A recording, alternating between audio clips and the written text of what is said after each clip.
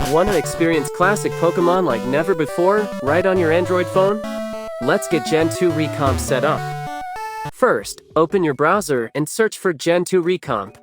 Click on the GitHub link by Under Decoded. Scroll down to the Assets section and download the Android app file, along with the dramatic shaped zip file. Install and open the app. To get those amazing 3D voxel graphics, tap on Import mod.zip and select the dramatic shapes file you just downloaded from your file manager. Once it loads, just make sure that little toggle switch is green and ready to go. Now for the game itself, select your game version at the top. We're using Silver for this example. Tap Import ROM and select your legally obtained ROM file. Sit back for a few seconds while the app works its magic, unpacking all the classic maps, text, and Pokémon data directly from the file. Once the status says good to go, all you have to do is hit play.